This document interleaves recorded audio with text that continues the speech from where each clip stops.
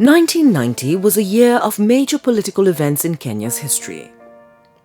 They started with the disappearance in February of Minister for Foreign Affairs and International Cooperation Robert Ouko after he had arrived back in Kenya from a trip to the USA in which he had accompanied President Daniel Arap Moi.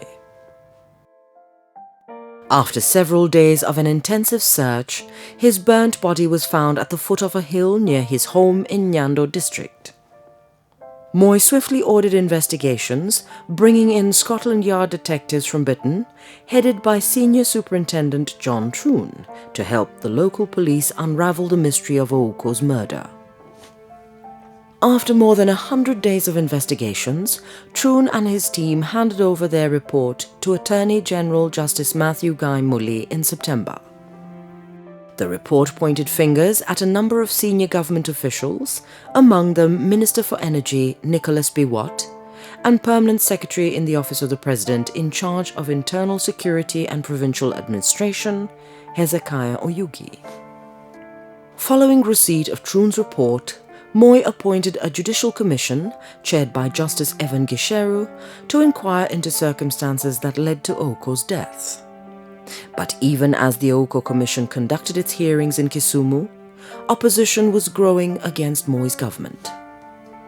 In early July, two ex-ministers, Kenneth Matiba and Charles Rubia, who had already been expelled from the ruling and sole party KANU, now called for an end to the single-party state in Kenya. In early July, they were detained. A few days later, Raila Odinga, son of former Vice President and opposition leader Oginga Odinga, was also detained, only a year after he had been released from years of detention for his alleged part in the August 1, 1982 failed coup attempt. The detentions came ahead of a planned meeting for July 7th at Kamkunji grounds in Nairobi that the detained persons planned to address to press for an end to KANU's one-party rule. The so-called Saba Saba meeting was forcibly disbanded by the police. Later that month, several dissidents, including former Kitutu East MP George Anyona and former editor of the Nairobi Law Monthly Journal, Gitobu Imanyara, were arrested for being in possession of seditious publications. Also held in custody on undisclosed charges was former Nakuru North MP Koigi Wawamwere. There would be strong criticism from a wide range of quarters against the government's repressive actions. Among the diplomatic community, American Ambassador Smith Hempstone was loudest in condemnation of the Moi government. Churchmen too voiced their anger. In July, one of them, Eldoret Anglican Bishop Alexander Muge, would die in a road accident on his way home from Busia after he had been warned by Moi's Labour Minister and MP for Busia South, Peter Okondo, not to visit the town or else he would not come out alive. Muge's death only worsened things for Moi. The government had some temporary relief from the pressures of politics that year when the director of the Kenya Medical Research Institute KEMRI, Dr. Davy Koech, and Professor Arthur Obel announced the discovery of the drug Kemron, which they claimed could cure HIV/AIDS, the first such claim in the world.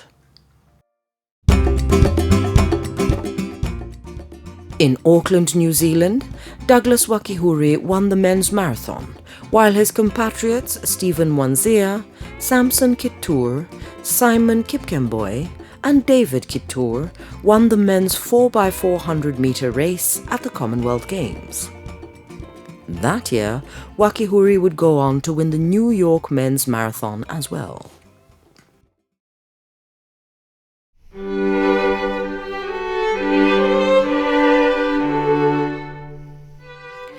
(1990) saw Kenyans say farewell to former Vice President Joseph Murumbi.